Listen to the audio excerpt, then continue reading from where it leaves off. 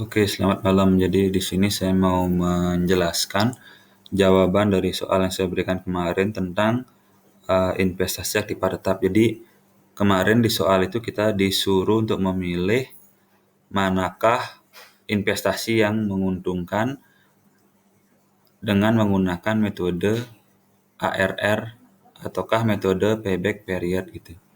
Oke, yang pertama dari metode ARR dulu. Nah, untuk metode ARR itu rumusnya adalah average EAT dibagi dengan average investasi seperti yang tertera di sini. Ini, oke ya.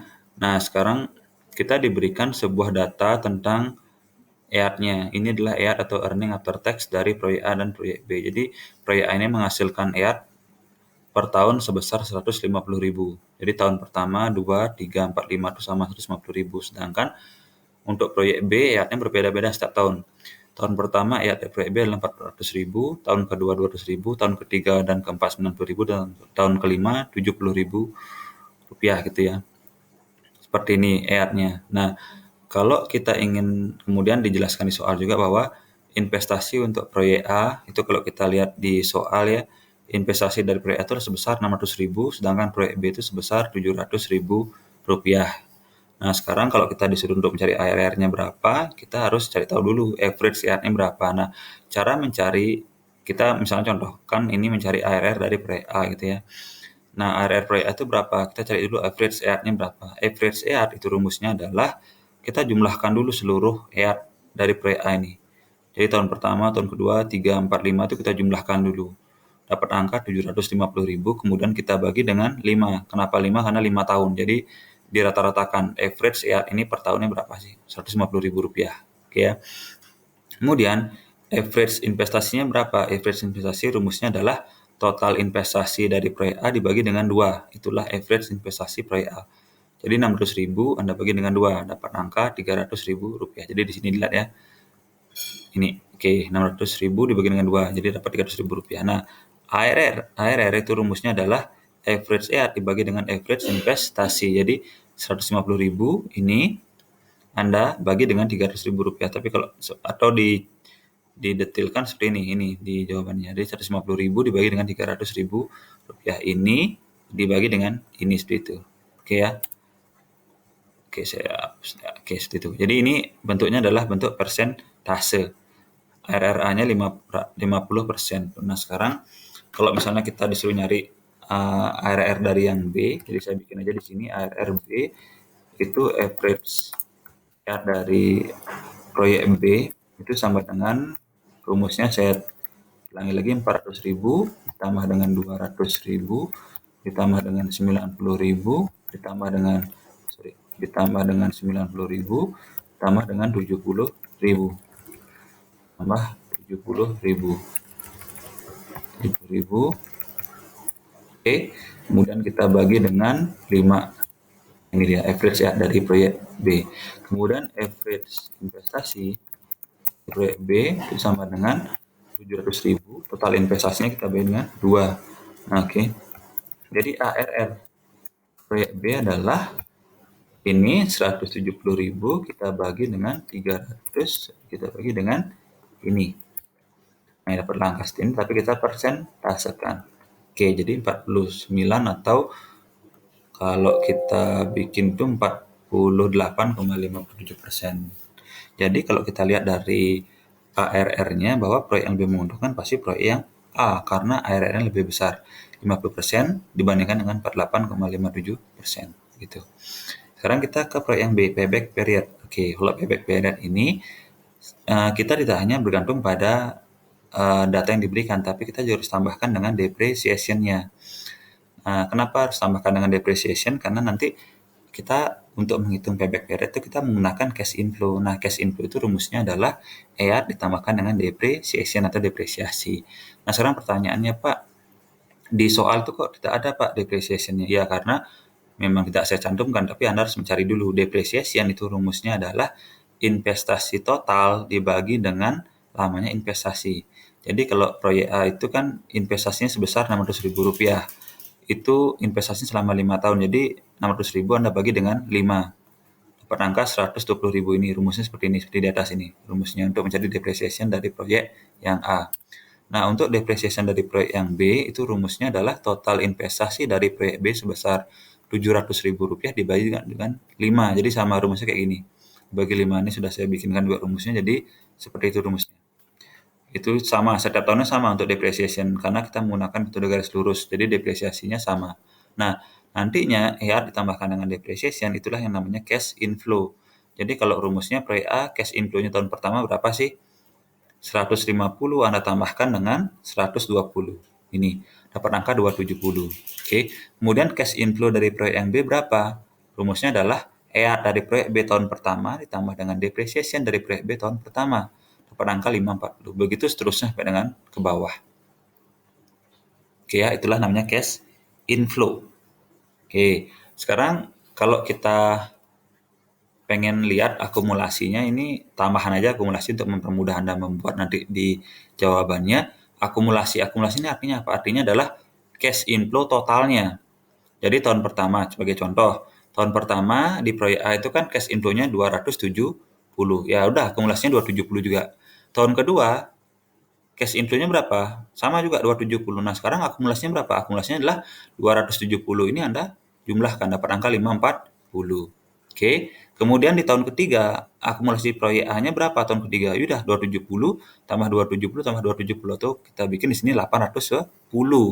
Kemudian tahun keempat tambah lagi 270 jadi 1.080. Tahun kelima tambah lagi 270 jadi 1.350. Proyek B pun sama. Di proyek B itu tahun pertama cash inflow-nya sebesar 540. Oke. Kemudian tahun kedua cash inflow-nya sebesar 340. Jadi kalau dijumlahkan di sini, akumulasi untuk cash inflow dari proyek B sebesar 880 di tahun kedua. Ini dia.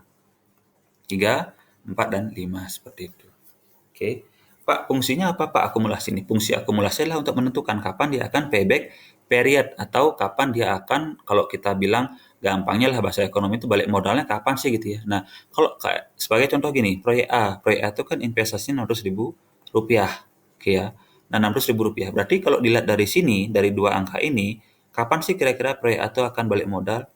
Tahun pertama dia menghasilkan 270. Tahun kedua dia sudah akumulasinya sudah 540. Sudah nutup belum 600.000-nya? Belum. Kemudian tahun ketiga, akumulasinya sebesar 810.000. Sudah nutup belum proyek investasi dari proyek A? Sudah ya. Berarti proyek A itu balik modalnya adalah antara tahun kedua sampai dengan tahun ketiga. Itu dia balik modalnya atau payback period-nya. Karena kan dia proyek A itu kan investasinya Rp600.000, sedangkan di tahun kedua cash inflow-nya akumulasinya baru 540. Tahun ketiga sudah lebih dari investasi itu.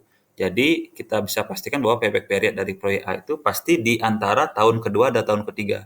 Tepatnya berapa tahun, berapa bulan nanti kita akan lihat di rumusnya gitu. Yang penting Anda paham dulu. Oke. Kemudian untuk proyek B, Anda lihat di sini, investasi dari proyek B sebesar Rp700.000. Oke ya. Nah, cash inflow proyek B di tahun pertama sebesar 540. Tahun kedua, akumulasi cash inflow-nya sebesar 880. Artinya apa? Di tahun kedua ini sudah balik modal proyek B ini. Di tahun pertama belum balik modal, tahun kedua sudah balik modal. Tapi pertanyaannya adalah detailnya tuh tepatnya tuh 1 tahun berapa bulan sih Pak dia balik modal dia? Karena kalau setahun dia belum, tapi tahun kedua sudah lewat. Berarti kan dia balik modal di antara tahun pertama dan tahun kedua gitu. Nanti kita akan lihat rumusnya seperti apa. Oke ya. Nah, sekarang baru kita ke rumusnya. Kita ke rumusnya dulu sekarang. Oke. Kita ke rumusnya sebentar, saya freeze dulu di sini, sebentar freeze. Oke, jadi biar kelihatan nanti dia. Oke ya. Jadi gini. Oke, mungkin saya freeze di sini aja biar sebentar. Saya freeze di sini aja biar kelihatan nanti. Oke. Jadi payback period proyek yang A dulu. Nah, Anda lihat perbedaan antara proyek B dan proyek B di sini. Proyek A itu cash inflow-nya itu tetap setiap tahun itu stabil. 270, 270, 270, 270, 270. Tetap sama. Sedangkan proyek B itu berbeda-beda setiap tahunnya. Nah, kalau berbeda, ini kalau ini sama, ini kan beda. Nah, kalau berbeda proyek A dengan proyek B, di mana kalau proyek A itu selalu sama, sedangkan proyek B itu berbeda-beda, maka nanti rumusnya pun akan berbeda untuk proyek A dan proyek B. Nah, kalau dia cash inflow-nya tetap sama setiap tahunnya, rumusnya adalah total investasi dibagi dengan cash inflow-nya per tahun. Jadi total investasi proyek A berapa? 600.000. Jadi sini dia. 600.000 total investasi dari A. Dibagi dengan cash inflow per tahunnya berapa? 270. Jadi 600.000 kita bagi dengan 270. Dapat angka berapa? Dapat angka sebesar 2,22222. Ini artinya ini adalah 2,2 tahun. Karena ini hitungannya tahun ya. Ini hitungannya tahun. 2,2 tahun. Ini artinya adalah 2,2 tahun. Atau kalau kita ubah dalam bentuk bulan menjadi seperti apa sih Pak itu? Kalau saya pengen tahu 0,2 tahun itu berapa bulan sih Pak gitu ya. Jadi kita caranya adalah ini adalah udah pasti nih ya 2 tahun, kita cari sekarang 0,2 itu berapa bulan, itu kita kalikan dengan 12 aja, gampang sekali. 0,2 itu kita kalikan dengan 12, itulah bulannya dia. 0,2 kali 12 dapat angka 2,4. Jadi kalau kita bawa angka ini ke dalam detailnya berapa tahun, berapa sekian tahun, berapa bulan, ya udah ini jadinya. Menjadi 2 tahun 2,4 bulan kayak gitu. Gampang ya. Jadi cara merubah dari angka desimal ini menjadi bulan, Anda tinggal kalikan 12 aja. Seperti itu. Oke, gampang ya. Sekarang ke proyek yang B. Proyek yang B, nah, karena cash inflow proyek B setiap tahun itu berbeda-beda, itu rumusnya berbeda dengan proyek A tadi. Kalau proyek A kan tadi saya bilang bahwa cash inflow-nya sama setiap tahunnya, sedangkan proyek B kan berbeda-beda cash inflow-nya. Itu rumusnya beda.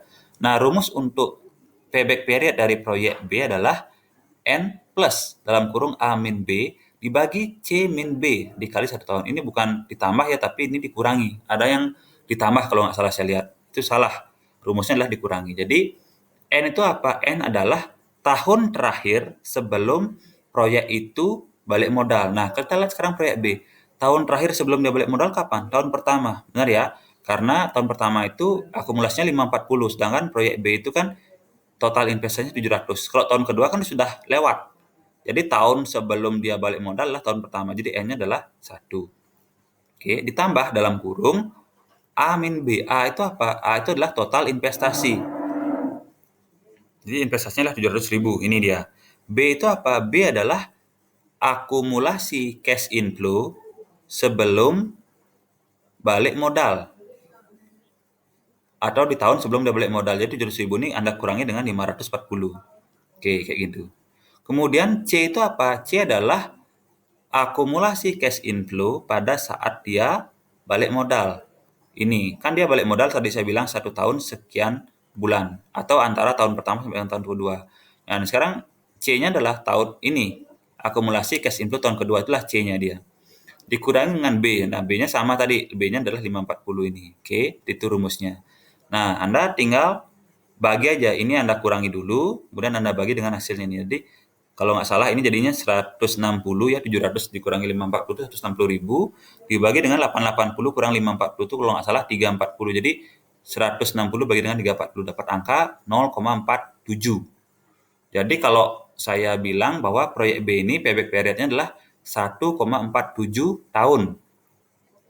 1,47 tahun. Jadi itu dalam bentuk tahunnya. Kalau dalam bentuk bulan berapa bulan sih Pak itu? 1 tahun berapa bulan sih dia gitu ya. Ingat lagi bahwa rumus untuk mengubah angka desimal menjadi bulan, itulah Anda tinggal kalikan dengan 12. Jadi 0,47 ini saya kalikan dengan 12. Ini dia. 0,47 kali 12 dapat angka 5,6. Jadi payback period dari proyek B adalah 1 tahun. Sorry, saya rubah dulu di sini. 1 tahun 5,6 bulan kayak gitu. Oke, jadi kalau saya lihat sekarang, proyek mana sih lebih menguntungkan gitu ya antara proyek A dan proyek B ini? Yang lebih menguntungkan adalah yang memberikan waktu payback period yang lebih pendek. Jadi kalau dari payback period kita akan lebih memilih untuk melakukan investasi dalam proyek B karena payback periodnya lebih cepat dibandingkan dengan proyek A. Artinya adalah kita kan pasti pengen balik modal secepat-cepatnya ya gitu. Jadi kita lihat ini proyek A ini 2 tahun 2,4 bulan, sedangkan ini 1 tahun 5,6 bulan. Ya udah, kita akan milih proyek B. Seperti itu. Oke, sekian penjelasan saya, semoga dipahami dan selamat malam.